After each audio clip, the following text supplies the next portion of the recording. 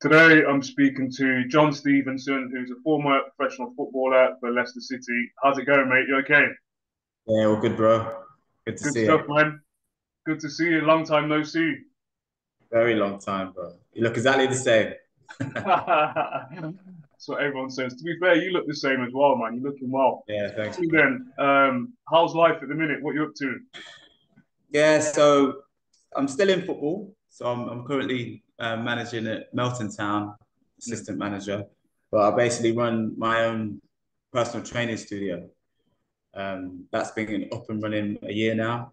mm, So since football, I've worked in a few gyms, done a few different projects, but now I've actually found a unit and it's called Event HD Fitness. And yeah, I'm a year in, going well. love that. Love that. And I definitely want to touch on that kind of a bit later on. I love when athletes who have played at a high level like yourself, who have kind of transitioned and now you started your own business. I love that. So I want to touch on that a little bit more later on. Talk to me about your kind of transition from football. What was it like when it kind of in your head you were approaching retirement and then you went through that process? What was it like for you? How did you cope with it? It was tough in the beginning because it kind of since Leicester, that was the main one when I was a pro. Where we got our chance, where we obviously met each other, and since then it kind of went downhill, if you like. I think with the type of sort of upbringing we had at Leicester in the Premier League, Mm, everything else was sort of, wash your own kit, bring your own stuff, wash your own boots, things like that. I feel like we mm, were pampered. mm. So no one prepared us for none of that. I'm sure you realize that as well. Yeah. So that was a hard transition. And also leaving home. So Mm, lucky for me, you obviously left home to go to Leicester, didn't you? But I didn't. I'm a mm, Leicester lad, so I just lived at home. And then all of a sudden, Leicester's over, and I'm on the way to Swindon. I'm mm, in a flat, I'm living on my own, so that transition was real tough. mm, And then obviously when it all sort of ended, it was like, what do I do now? You know. mm, So I think I was a pro for maybe 5 or 6 years, I mm, think at a push. And then I came down the leagues. And it was always that chance because of where I started, I could always get back. mm, I had the ability, score the goals, get a move.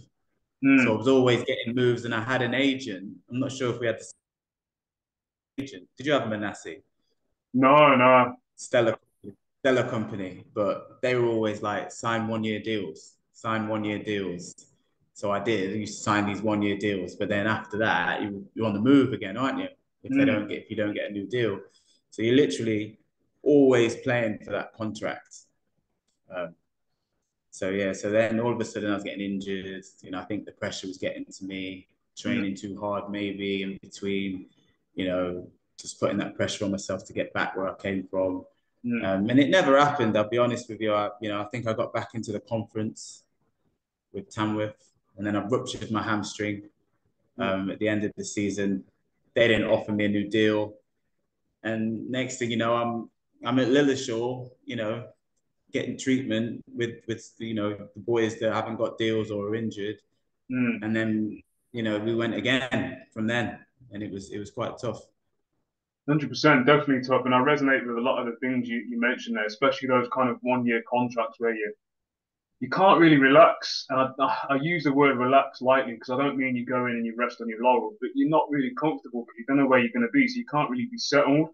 I had, especially towards the end of my career, it's quite unsettling. Kind of 1 year here, another year there, and you're always traveling, and it's just Yeah, the whole experience is difficult. But it's one of those things, really. And I'd probably say that so many athletes, especially footballers, that have been in the same situation. Talk to me about, obviously, you mentioned a few things there about living away from home and defending for yourself for the first time, and obviously filtering down the leagues. Did you get any help when it came to your transition? So, when I mean help, like family members, did you call out or reach out to any former teammates that have maybe made the transition or organizations like the PFA or anything at all?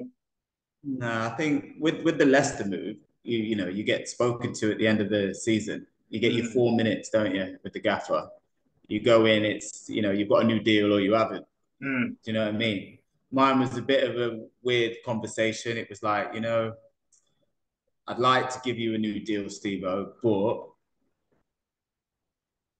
something along the lines of not that he didn't like me, but didn't like the way I changed or something like that. He said, Mm, you may come back to bite me in the arse. You may go on and be something that I think you might, and you might not, mm, but, I'm not giving you a new deal. And I honestly think on that day, if I'd have said to him, no, give me another deal, believe in me, give me another chance. I can prove to you that I can do it. I have the ability, all that sort of stuff. I mm, think that's what he was looking for. But right. because of I was stubborn and I wouldn't say arrogant, but quite stubborn. I was thinking, you know what, F you, Mm, I'll go and I'll prove you wrong and I'll go off and and leave it like that. But obviously it never happened, mm, So he potentially was right. He obviously saw it in me, but I do believe he should have probably gave me another deal, let me stay. mm, So, next thing you know, holidays, phone calls, different teams offering you contracts and stuff. mm, And then Swindon came about. And I'll be honest, the only reason I went to Swindon was because Andy King, um, he rang me. He rang me, a bit of personal touch to it. Said, look, we mm, really like you down at the club, good facilities, we'll sort you out, look after you. And it sold it for me. mm, In the end, it was the wrong decision. It was the wrong decision in the end, but that was it. Next thing you know, I'm driving down. Well, I didn't even drive at the time. I think mm, I got a lift down with all my black bags and my bag with all my clothes in. I think I stayed in a hotel for a few weeks, but it was a bit of a tough time for me as well. My mum and dad split up. That's another story. So it mm, didn't help. So as you said, with family, I couldn't really lean on any family. It was mm, literally just me packing my bags and going off to be football. I'm going to go make it work. I'll be back type thing. mm, Went down there on my own. Obviously, the lads are good, as you know, football, you meet new lads mm, and we clicked well with them. But yeah, it was weird. It was a weird time. It mm, didn't really work out there. Didn't really work out. Sam Parkin, Tommy Mooney, I think Dion Burton came on loan. You know what it's like. So young player. What's he played? A few games in the league, Premier League. We'll go with experience. So I'm just sat on the bench thinking, what am I doing here on mm, my own? So you end up going out, you end up doing things you probably shouldn't do, mm, and you basically rotted at this club. Wouldn't let me go on loan, wouldn't let me do anything like that. So I literally stuck the whole year out, not playing, not being able to go on loan. mm, So yeah, I come away from Swindon with no game time, no goals, nothing. It was just like literally a waste of time in my head. So you know, again, in hindsight, you get a crossroad, don't you? You go one way or mm, you go the other way. And I chose the wrong way, and then I think it ended me a bit because obviously the time I had at Leicester and then the time I had at Swindon, it just felt like, the love had gone. No mm, one's believing in me. No one's giving me a chance. Am I good enough? You know? Um, so yeah, that was quite tough actually, to be mm. fair. Looking back at the time, you just roll with it, don't you? Yeah. Next look. But looking back, it was quite a difficult time for me football wise. It was difficult because that's what I'm there to do Yeah. at the end of the day, play football and be a footballer. But if you're unable to do that, what do you do with yourself? Mm, You know? yeah. No, 100%. And I'll touch on kind of the fact that you went down the leagues because I did the same. It's difficult. There's so many different facets and elements that can factor into your performance. Living away from home, not being picked, the standard of football, and the fact that they're Yeah, bringing in more experienced players and things. It's always difficult. And when you find yourself on the bench and you're thinking, well, I've come from say Leicester where I was making the odd appearance in the first team as a youngster, it's difficult to then go to those teams and think, well, you should be playing, and rightly so. But yeah, there yeah, is some top talent down there. You mentioned Dion Burton, Tommy Mooney, and players like that, well experienced, top players. So it's tough as a youngster. So I feel you there. In terms of, mm. I know you're running a business now, which is great. What transferable skills do you think you've taken from football and all those experiences that you've had, good, bad, and indifferent?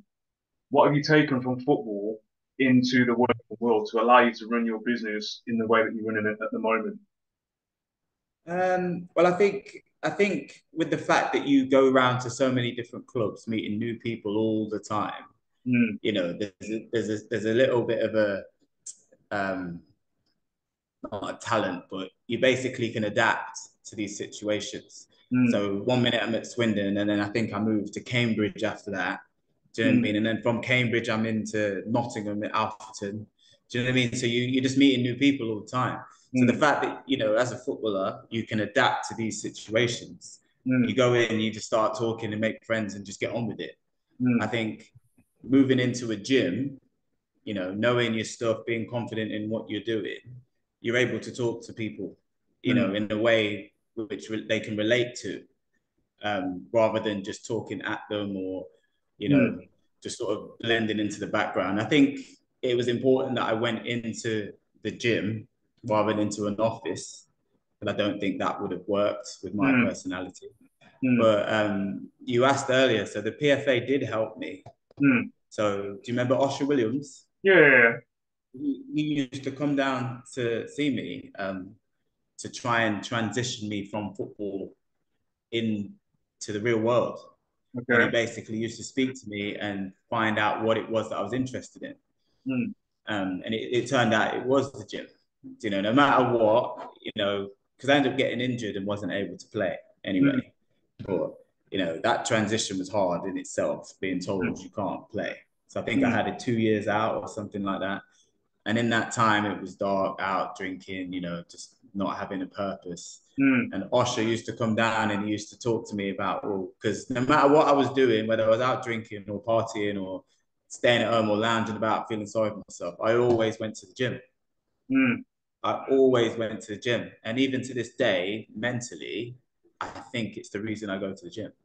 So, you know, mm. aesthetically and to look good and to build muscle and all that sort of stuff. It's obviously comes with it. Yeah. But I think the discipline and the sort of mental well-being that it brings, that space in your head, you know, I'm going gym at this time, I'm doing this, I'm doing that. Like that Mm, was what I sort of learned from football yeah. as well. Yeah, definitely. I Um, mean, just me just racking my brains going back to like you were a couple of years younger than me, but you were always kind of in and around youth team and stuff when I was there. And I always remember you used to always love the gym. We all used to have to go to yeah, the gym anyway, but like there's yeah, certain players that used to love it more. And obviously me and you are quite small and stuff, so we always had to try and do that a little bit extra in the yeah, gym build and that stuff. strength. Yeah, Yeah. so no, that's something that will always stick in my memory that I'm always You used to do the bench, didn't you? yeah, You had a like big chest, didn't you? yes. I Yeah, remember. 100%. In terms of, especially going back to our day, so I'm talking like 20, 25 years ago now, because things have slightly changed in football, but not much. Mm. Do you think retirement should be approached in a different way from like an athlete's perspective? Let's maybe focus on football because we're both former footballers. So what I mean by that is when we were young and someone spoke about, oh, what are you gonna do afterwards? Have you thought about kind of thinking about maybe retirement, what you're going to do, and things like that. I always seen it as a bit of a negative conversation, whether it be from my perspective or from the person who's asking me. So I don't know if you had the same experience, but if you did, and even if you didn't, do you think retirement should be approached in a different way, just so it can assist you in a more positive manner when it comes to transitioning? Yeah, I do think that. So obviously we went to school, didn't we? We went to Henley College, didn't we? Well, I never had to go. So Oh, you didn't because go? yeah, because I got pulled out by like Nishi and that Dave Nish and Yeah. Neville Hamilton because they said I was playing to a decent level, so they just said rather than going to college, just come and train Wow. with like the year above, like the older boys and that. Mad, So I isn't wouldn't it? have to Because go. obviously college is important, supposedly, but that's Mm, what happens, eh? Football takes priority. yeah. But in saying that, with what we did learn, meant nothing after we'd finished, by the way. I think Mm, it was like a sports science yeah. diploma or something, which meant you couldn't get a job. You Mm, know, you couldn't work in a gym. I don't know what it was. I think if you took it on further, you probably could have done something. But mm, with what we was doing was just literally ticking a box, yeah. I think. But yeah, like you said, I thought that. So you know, you're at school. I'm going to be a footballer to the teachers. They laugh. They don't believe you. But Mm, you kind of know in yourself, don't you, that you've got a chance. yeah. And even though we may not have been pros, we knew we'd have a sort of a career in football mm, and open a path and doorways to other things, mm, which it has. It has, hasn't it? So obviously, being a footballer has opened doors for me mm, personally. Still living in Leicester as well, mm, it's opened other doors for me, other avenues. But if anyone said to you, "What were you going to do afterwards?" I would never have even thought about it mm, because I'm having a long career, aren't I? I'm going to play till I'm 40. But mm, in reality, that never happens through injury, through contracts, through anything could stop that. But I think I think I was lucky and not lucky at the same time with the injury. mm, So because it was so young, and I think I was 25 or 26, and I had that long injury and I was out, that stopped me chasing the game, mm. made me get another career. Because I think if I didn't have got injured, I would have kept on contract after contract, getting all the teams, Yeah. get 30 goals this season. I've still got a chance. You're hanging on to it, aren't you? Mm, And I think because of the injury, it stopped me, made me retrain, became a personal trainer. And I think, you know what, just after I became a trainer, I got offered to go play in Australia for Perth. wow. And this is, I think I would have been 27, 28. Mm, So I'd had my 2 years out. You don't lose your ability, do you? So I no. kind of played locally. Matt Elliott had a team and he's like, Steve-O, come play for me. So I was like, all right. So I'm playing, thinking, hold on a minute, I'm all right again. I'm running around, I'm feeling good, I'm Yeah. scoring goals. I'm thinking, wow. So, I'm just thinking, no, just keep playing locally, it's fine. And then I get a job in David Lloyd. Mm, And then all of a sudden, Australia someone says, oh, we can get you to Australia, play Perth. And I literally made that decision, bearing in mind the spiders and snakes and all that stuff that mm, can kill you, which would stop me going. But I was like, no, I'm going to concentrate on my training, being a personal trainer. I'm going to leave that and I'm going to be a personal trainer. And I went and worked for David Lloyd. love that. And that was where it really sort of started for me when I worked there because I took it seriously. I was Mm, working in a workplace, had to learn all the things and being told what to do and things like that. And then I ended up playing for Rushton and Diamonds, actually. mm, They came in and I'm enjoying it again. Football's good. Oh, wow, it could happen. But, I reined it in. I said, look, I can't come traveling. It's too much, mm, So in the end, the real world won like it should. Otherwise, they'd be still chasing the game. yeah. So any youngsters now, I know it's hard to say, but there needs to be a cut-off point, I think, Mm, where you're chasing the game because you can waste time learning other things by chasing football. mm, And sometimes it's just not going to happen, is it? You 100%. know, and it's hard. It's a tough one to swallow, I think, for the youngsters. Mm, Because at 25, you've got Vardy still coming through back then at 25. Yeah, I've still mm, got a chance. So he's still playing. When does it stop? mm, You know, when yeah. does it stop? So you need to learn. I think now that's my advice now. So I'm running Melton. We've got young players, talented players, by the way, Mm, probably still living at home, earning their money, mm, wishing and hoping that that next step's going to come. But in the back of their minds, they probably ain't even thinking that it ain't going to happen because they've got that belief. mm, And that's where I think someone like me and you would talk to them and say, learn something, learn a trade, a skill, something you can do alongside this. mm, And then if this doesn't move forwards, at least that will, mm, because to be 30, come out of football, you've not had that $1 million contract and mm, you're at 30 years old and you have no idea what you're doing in life. mm, I think that's a tough one to swallow. yeah. You like an ant in the world, aren't you? You have no clue what to do. So I feel like for me, and even for you, I think you might agree, coming out of the game earlier has helped more Mm, coming out later. yeah. I mean, for me, I stopped playing when I was 31, and that was a conscious decision purely because Yeah. I knew that I'd have to work. And I Mm. could have easily carried on 37, 38, but I knew that it'd be harder for me to get a job in the working world based on the fact that I've got 100%. no working world experience. So exactly. that was my cut-off point, and I haven't really looked back since. But yeah, 100% agree with everything you mentioned there. Talk to me about obviously you're a Leicester boy. You played for Leicester. Obviously made your debut at a young age. What was it like pulling on the shirt for your home city? Yeah, no, it was brilliant. It was a great feeling. I'll never forget. Obviously, my debut was actually at West Ham away. Mm, I don't know if you were still around there, but I actually got knocked out. Went up for a header, got knocked out on the pitch. wow. Um, yeah, by Aidan Fox, I think it was. Just Mm, an elbow. I carried on playing, but that was my actual debut. But we were still mm, at Filbert Street then. That was the last season at Filbert Street. And I think my home debut was against Villa, and I scored, and I mm, scored the equalising goal. Like things like that, people still talk to me in the street about it. Oh, people my age or older yeah. always it gets brought up somewhere or somewhere along the line. Mm, But that's a great feeling. It can never. I've got the shirt still. I've got it up in my gym actually. But things like that, they're the reasons you do it. They're the reasons you do it. And yeah. um, yeah, and playing with friends because obviously Pipes was on the pitch at the time.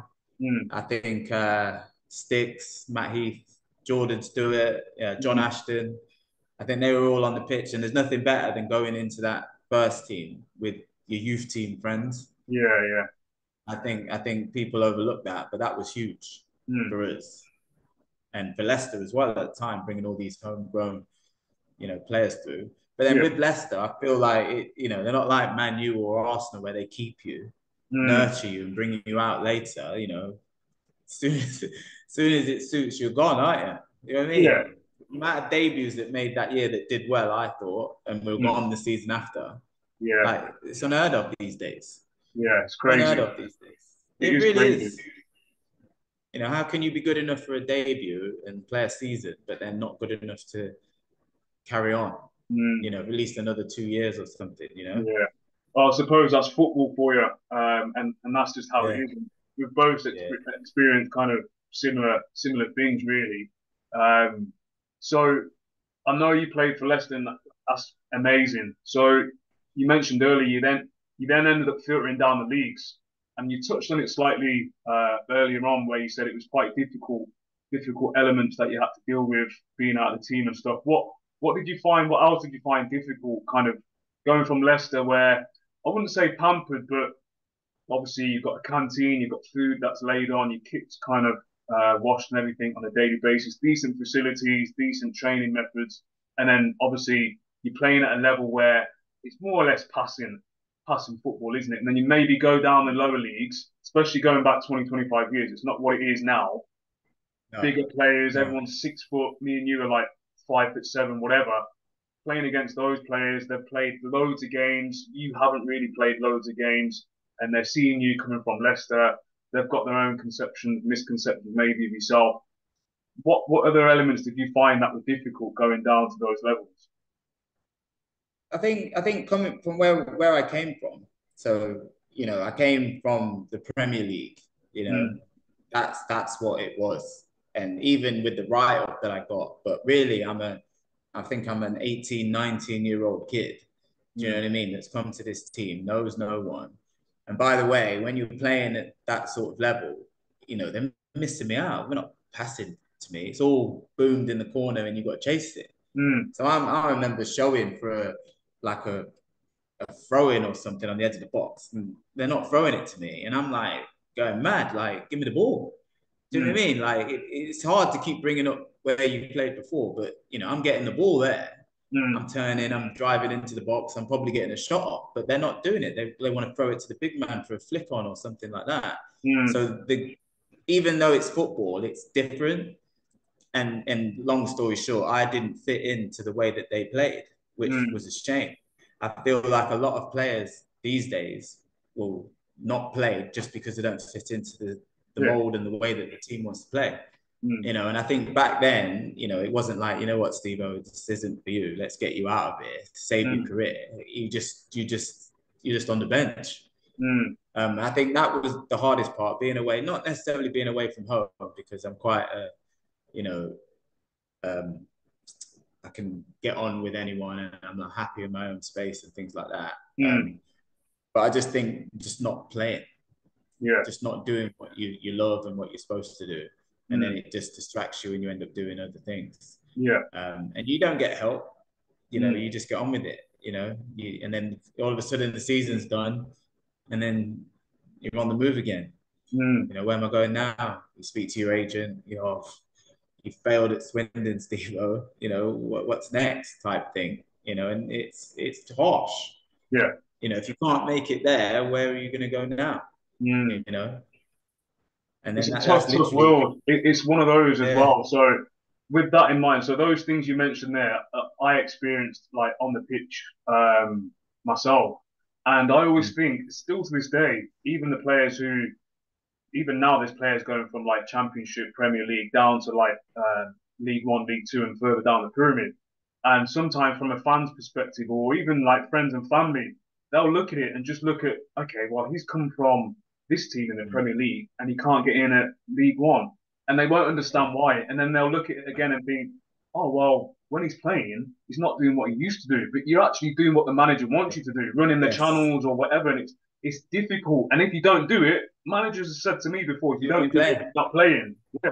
Yeah. So you've got to But do then it. also it gets you down as a Yeah. player because then you're not flourishing, you're not bringing out your qualities, Mm. Exactly. and it's like learning football again. Yeah. So everything 100%. I'd spent learning in the youth team and learning how to play football and learning how to pass and control it, you don't even need it. You don't Yeah. need it in that. You know Mm. what I mean? It's like, oh, wow, Yeah. and like you said, you have some really experienced players, Mm. and I'm literally a kid coming Yeah. into this team, Mm. and they just well, they know what they're doing, eh? Yeah. So I think it would have been I would have liked to have seen what I would have been like as a 30-year-old player. Mm. I'm gutted that I never got to be a pro at sort of 30 and seen Mm. how I would have developed. Yeah. Yeah. Yeah.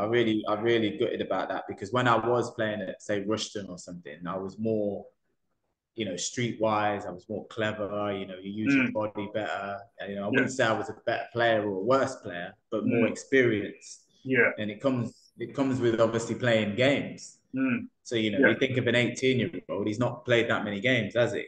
No. He can't have. Yeah. So I think that was tough, real tough. Mm. Mm. Like an And look, awakening. say that again. It was like an awakening, like, Yeah. wow, what's happening here? And Yeah. also quite scary because you know that you're not, it's not working. Yeah. It's Definitely. not working, is it? It's stuck. What's 100%. next? Yeah. It's tough. And sometimes as well, more so on the playing side, when you're quick like we were, some managers just look at that and think, yeah, you're quick, just knock it over the top and he'll run onto it. Yeah, it's getting Frustrating. no Yeah, pattern, just boom. yeah, just And then you're launch like, it. oh, how am I supposed to chase that? Exactly. Mad. Yeah. You mentioned now you're assistant manager at Melton Town. What's it like seeing things from the other side of the fence? Um, I really enjoy it. So, patterns of play, like we work on things. We only train once a week, but we train for a long, like 2 hours or something. And Mm, we try and get patterns of play. I think it's important. I'm not saying that in the league they don't, but I remember being at Swindon and we didn't work on patterns of play. mm, We did 5-0s and things like that back then. I'm sure yeah, it's changed now, but we mm, work on getting out from the back, rotations in the midfield, fullbacks going in. I think it's Pep that's changed it all. But mm, as a manager and doing a few, I think I've done my way for B. So I've got a better understanding of the game yeah, away from it rather than in it. And I like that side of it, changing things, moving people into midfield, changing formations, looking at what the other team's doing, try and combat it, try and stop what they're doing. And, I like that type of side of it. I like mm, that side of it. I don't miss playing. I don't miss playing at all. I mm, like being on the side because I could probably still do a bit, at this level, yeah, but I just think I wouldn't be able to walk on Monday if I did. Even though I keep myself fit, I just couldn't do it. So yeah, I'm happy being on the sideline, giving my advice, and tinkering with it. You still take it home though. We lost at the weekend, and we're talking on Sunday. It ruins your weekend, doesn't it? Still. Mm, So we're talking. We've talked every day until we go training about what happened. We've got videos. We look at analysis, like what happened. We got beat mm. 3-1. You know, we went 8 unbeaten and we've lost 2 in a row.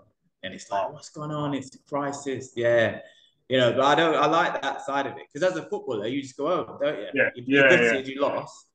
You're gutted you lost, and you might not have put it in, but it's done until the next game, isn't it? But as a manager, you've got to think about, did I do the formation wrong? Did we not do this? Did we not do that? Mm, Now I like that sort of aspect to it. mm. No, I love that. Yeah. That's good stuff. Talk to me about in terms of like sport in general, not just football. Do you think more help's needed for athletes when it comes to assistance when transitioning from sport to another career? Yeah, I do, because even like it can be top of the scale. You can be a millionaire. You've done really well. Mm, You need something to do each day. mm, I feel like routine's gone. So going and waking up to training, having matches on the weekend, it's a mm. routine, isn't it? And as soon as you've got no routine, your life could quickly spiral out of control. So I feel like there needs to be some sort of, I don't know, blueprint, should I say, a blueprint for when you finish. And Mm, then it's up to the individual what he does with that blueprint. mm, But there's different avenues that you could go. But my personal sort of experience, I did get help. I did get help. I know that there's a lot out there that I've spoke to other mm, players that didn't get the help, but I personally did. I mm, did get the help. They put me into work and it worked. mm. And I'm doing it now and I feel like I'm flourishing because of it. And I could have easily have not. Yeah. So for me, I did get the help, but then I can see other people that didn't get that Mm, necessary help. But that might be because they don't know what they want to do. yeah. Because the 100%. first thing the first thing that they did chuck at me was being media. Okay. You know, media. That's what you do. Mm, But unless you're Roy Keane or someone like that, you're not getting on the big ones, are you? You'll be on radio or things like that. But mm, is that going to pay the bills? yeah. Probably not. Mm, So I feel like there needs to be, I think I was talking to, remember Purdy? yeah. Oh, Purdy. Um, you might want to get him on here, by the way. I But did. He came on years ago. oh, really? He Yeah, would be yeah. interesting because everyone's we're all in the same spot, weren't we? But Mm, we all had our different paths and different yeah, yeah, experiences of the same situation. yeah. Um, but I remember him saying that everyone should get a trade. Mm, So you're a footballer, you should get a trade. You might not use that trade, but you should all be forced to do a trade. yeah. I don't know, bricklayer, personal trainer. I don't even know, but a Mm, trade, because a trade is you can't not do it. yeah. And once you've got that ticked off, you finish football, you can go do it. Yeah. And if 100%. that's what I think, I believe, or education, because education's different. I think I don't think education's necessarily a job, is it? No. You can be educated, but it doesn't mean that you can then go get a job.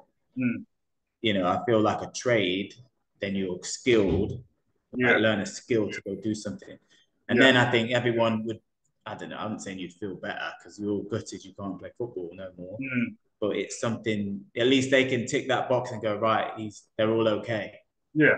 100%. They And can go do obviously, something. with that, that can lead to something else because you may have a trade under your belt, and then you go into that and you think, not quite for me, but whilst I'm doing it, it's paying the bills. But then whilst you're also Yes, doing it, you could then pursue something else. It's easier correct. to do that rather than just being stuck in a rut. So yeah, 100% agree with that, and it's something I've mentioned before as well. In terms Mm. of, I know you touched on it a little bit earlier. Have you got any advice that you'd give to any athletes at the moment, whether they be young or in the middle of their career or coming towards the end? Have you got any advice that would help with their transition from sport to another career? Yeah, I think stick to something you're interested in Mm, and that you're good at. So, if you're interested in it, you're going to pursue it and you're probably going to stick with it. And then if you're good at it, then you're going to enjoy it. Um, Mm, I think if you try to be something that you're not, it can be quite difficult. Like I'm mm, not saying you can't, better yourself and try something new. Of course mm. you can, but I feel like if you're passionate about something, you should stick with it and go with it.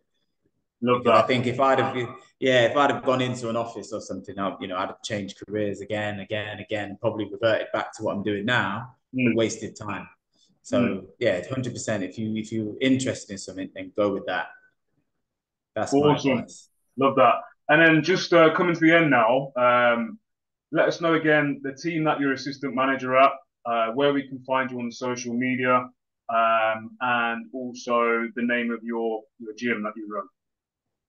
Okay, so Melton Town FC. Assistant manager. I think we're third in the league. We're doing okay. We want to get promoted. Nice. Um, my gym is Event HD Fitness. That's the tag on Instagram as well. And my personal Instagram is Jon Stevenson. I think HD Stevo. I think something Love like that. that. And is the But gym in Leicester, did you say? yeah, it's in Leicester. Yeah. Awesome. But I'm going online too. So that's what I've been doing all January. I'm working on this online Wow. because I need to be online. There's only so many people I can train face to Mm, face. I yeah. feel like I can affect and help more people. And once you're online, you're worldwide, aren't you? Yeah. Yeah. Do you know Yeah. what I mean? And everyone should have a passive income on the computer, apparently. Okay. Yes, that's the way the world's going. So, if you've got a laptop, you need to be earning money from it. That's Awesome. the that's the new that's the new thing for this year for me. Love that. Yeah. Well, hopefully that goes well. I'm glad that you're doing good stuff, man. You seem like you're happy, and I know you love the gym from way back in the day, so it makes sense to obviously be in that space at the minute. Keep doing what you're doing. I'll keep an eye out. Really appreciate your time, and yeah, all the best. Oh man, great to see you. You too, man. See you in a bit. See you soon, bro. Top man.